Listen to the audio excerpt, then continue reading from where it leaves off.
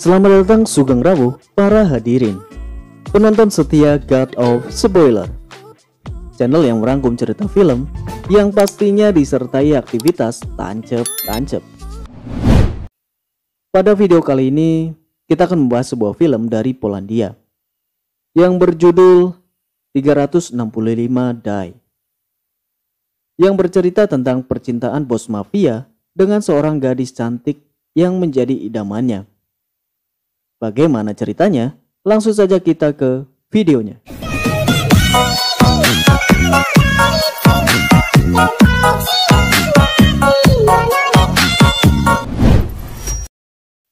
Suatu hari, ada sebuah transaksi antara dua kubu mafia besar yang sedang membicarakan bisnis. Di sana salah satu mafia tidak menyetujui bisnis yang ditawarkannya karena dianggap tidak sejalan dengan bisnis yang ia kerjakan. Sehingga ia pun menolak mentah-mentah tawaran tersebut.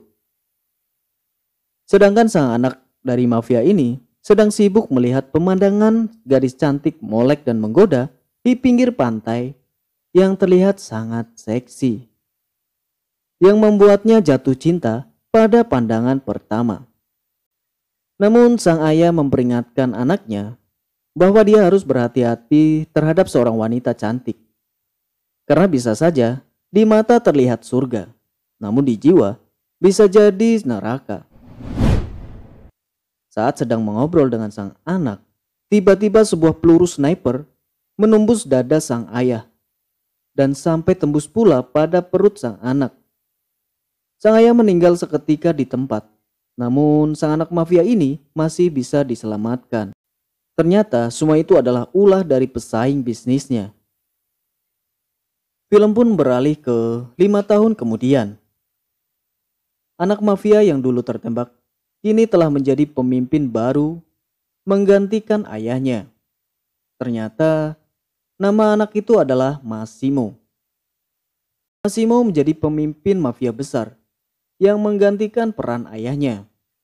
Dalam perjalanan bisnisnya, banyak terjadi permasalahan dengan rekan bisnisnya. Namun Massimo masih dapat mengatasinya dengan baik. Massimo masih saja teringat dengan gadis cantik yang ia lihat di tepi pantai dulu. Bahkan ia sepanjang hidupnya mencari keberadaan sang gadis pujaannya itu.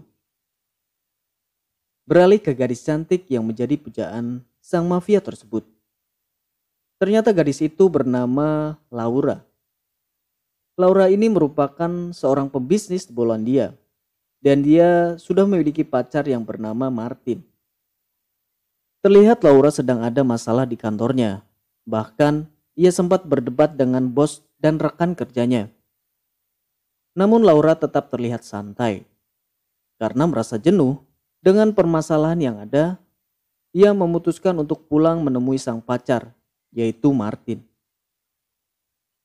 Sesampainya di rumah, terlihat Martin sedang sibuk dengan pekerjaannya. Sedangkan Laura saat itu merasa ingin diberi kehangatan oleh Martin. Laura pun meminta sang pacar untuk menemaninya.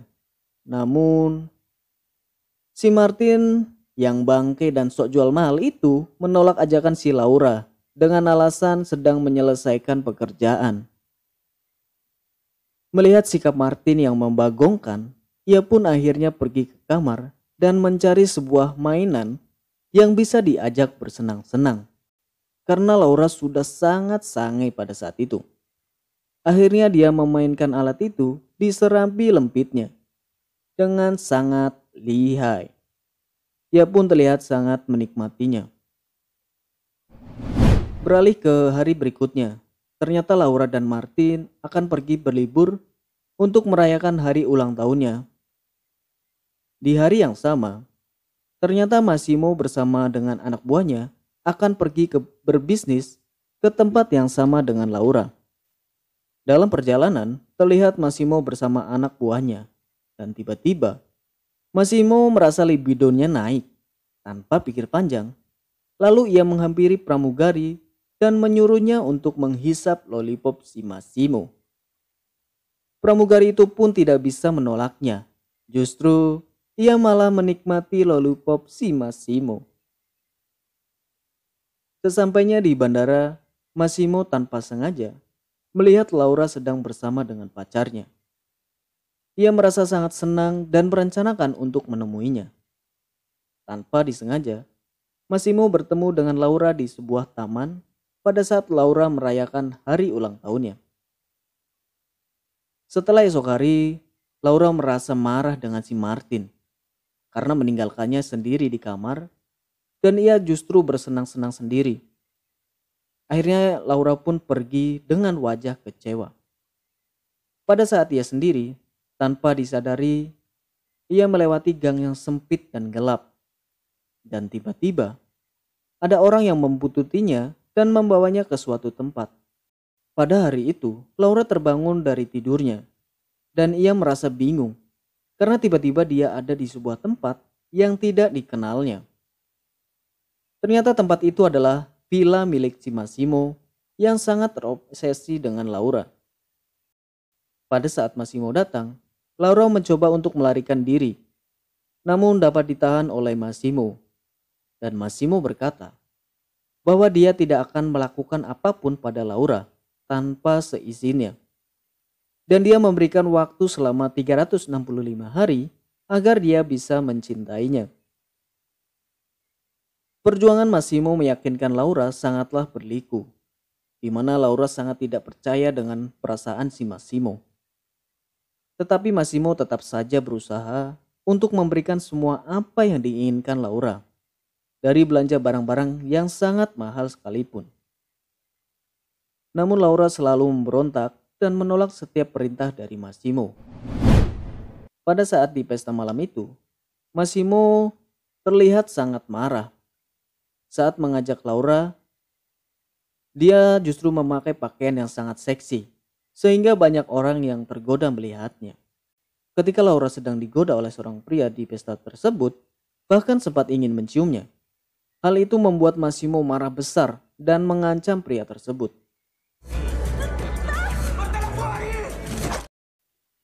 Lanjut keesokan harinya, mereka sudah berada di kapal milik Massimo. Terlihat di sana terjadi perdebatan antara Massimo dan anak buahnya. Tanpa disengaja, Laura pun mendengarnya. Laura disalahkan oleh Massimo karena kejadian di pesta itu. Hal itu membuat Laura marah dan tanpa sengaja tercebur ke laut. Tanpa pikir panjang, akhirnya Massimo pun ikut menceburkan diri untuk menyelamatkan Laura. Laura pun akhirnya selamat. Melihat kesungguhan dari Massimo, membuat hati Laura mulai terbuka. Dan keinginannya untuk bercocok tanam pun muncul. Tanpa basa-basi, langsung saja tancap gaspol.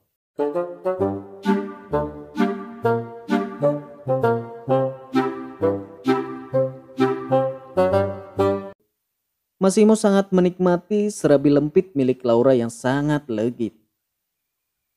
Bahkan cocok tanam pun begitu menggairahkan dan memakan waktu yang cukup lama. Beralih ke adegan selanjutnya. Terlihat Laura akan diantarkan pulang oleh anak buahnya Massimo. Di sana Laura bertanya, kenapa Massimo tidak ikut bersamanya? Dan anak buahnya berkata bahwa Massimo akan terlebih dahulu menyelesaikan bisnisnya, lalu akan menyusul Laura ke Polandia. Di Polandia, Laura sudah disiapkan apartemen mewah oleh Massimo. Namun, setelah sekian lama berlalu, Massimo tak kunjung datang dan membuat Laura sangat kecewa. Pada malam itu, Laura pergi ke sebuah klub malam bersama temannya. Tanpa diduga di sana muncul Martin, si mantan pacarnya, dan mengajaknya untuk balikan. Martin meminta maaf, namun Laura menolaknya. Hingga Martin terus mengikuti sampai pada apartemennya. Saat berdebat dengan Martin dan membuka pintu, ternyata si Massimo sudah berada di dalam apartemen Laura. Melihat hal itu, Martin pun pergi begitu saja. Namun bukannya senang, justru Laura marah pada Massimo karena meninggalkannya begitu lama. Kemarahan Laura dapat diredam dengan mudah oleh Massimo hanya dengan sebuah kecupan dan meraba-raba serabi lempit si Laura. Laura pun tidak bisa menolak hasrat untuk bercocok tanam. Akhirnya mereka pun kembali bercocok tanam dengan sangat liarnya. Sampai pada akhirnya mereka akan melangsungkan sebuah pernikahan. Namun tanpa diduga tiba-tiba Laura akan dibunuh oleh pesaing bisnisnya. Dan film pun berakhir. Semoga video ini dapat menghibur kalian semua. Sampai jumpa pada video selanjutnya.